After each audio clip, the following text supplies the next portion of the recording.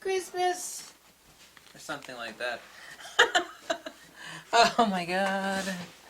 So tired. Aren't you glad the holidays are over? Well, the holidays aren't over yet, right? Still got that New Year's crap where a bunch of drunk assholes roam the streets. Right? Remember that? I wonder how many of you have actually seen this contraption before. You're probably thinking, that looks slightly obnoxious. It does look slightly obnoxious, doesn't it? It's actually extremely efficient. Wanted to talk about stuff because I always love to give people options. This actually doesn't require this Velcro strap. This is an add-on from mine. This is actually called a Ray Flash. If I didn't actually have a piece of Velcro here, you would see that it says Ray Flash. It's a patented device. However, like everything that's really unique, the Chinese copy it. So this unit's not made anymore. So now you're thinking, why the hell are you doing a video about it then? The reason why is because there's a basically just as good device from China. And I'll put a link below. It's 15. I understand there are 4 or 5 different sizes on this because the distance between the center of the speedlight to the center of the lens, depending on the height of the speedlight and the camera, between Nikon and Canon, or Fuji in this case, are different. But the Chinese knockoff of this is $15 with free shipping. And it's also a lot more lightweight than this unit is. Actually, the invention, the Rayquil Flash, which has been around for quite a number of years, even people with all the money in the world for lighting absolutely love the hell out of this, is that it actually has a set of decreasing depth mirrors. Now obviously there's a slight hot spot up here at the top. Since it's closest to the speedlight, you could actually see the path of the light. There's actually unique fiber optic light reflectors and Lexan, which is transferring the light to around the ring. Actually, in tests done in mirrors that I've done, other people have done, show that the hot spot up here at the top is really not that hot, and it does travel all the way around, and it does provide a near perfect ring light sort of illumination. And for 15 bucks, even though it kind of looks obnoxious, it's actually extremely efficient. There's actually a knob here at the top on the Rayquil where you're actually tightening it onto the speedlight. However, it could slip off, which is why I actually added a Velcro strap to mine. This is the reason why, too, every professional photographer has Velcro all over the heads of their speedlight for attaching anything and everything.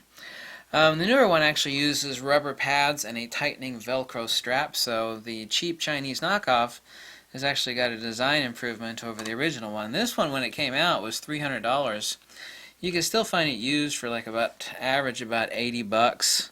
It is a pretty damn expensive, at least it was anyway, ring flash, but it is very effective, and I do recommend the Chinese knockoff. I have a Chinese knockoff copy of this, which I should have brought out here, for 15 bucks, but it's a extremely viable option for on-the-go portraiture and for event photography or wedding event photography also, I should say, event and wedding event. Easily usable. I shoot everything with speedlight, like event and close range, on the fly, and completely manual. I usually shoot 1/200th of a second, and whatever aperture I choose. I shoot all manual and TTL with flash comp. That's actually the best way. A lot of people will shoot they're used to shooting aperture priority on basically everything they do, and they'll leave it that way when they're doing speedlight or flash photography, and it's just not a good idea. You'll actually get better results shooting all manual and at least TTL speedlight with flash comp. A lot of your event photography and wedding event photography is done at basically plus or minus 5 or 6 feet, and TTL with flash comp is extremely reliable.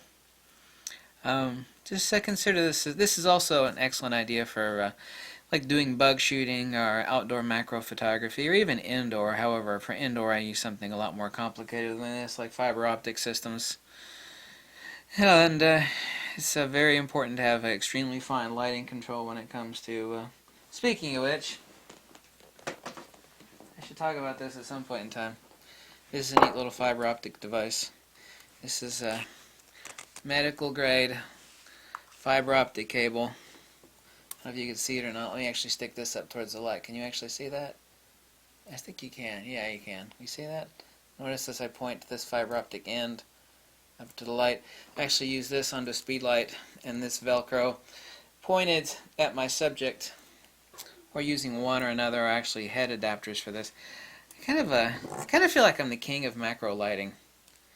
I know I've got more macro lighting mods than everybody else on YouTube combined, I think. Well, essentially so.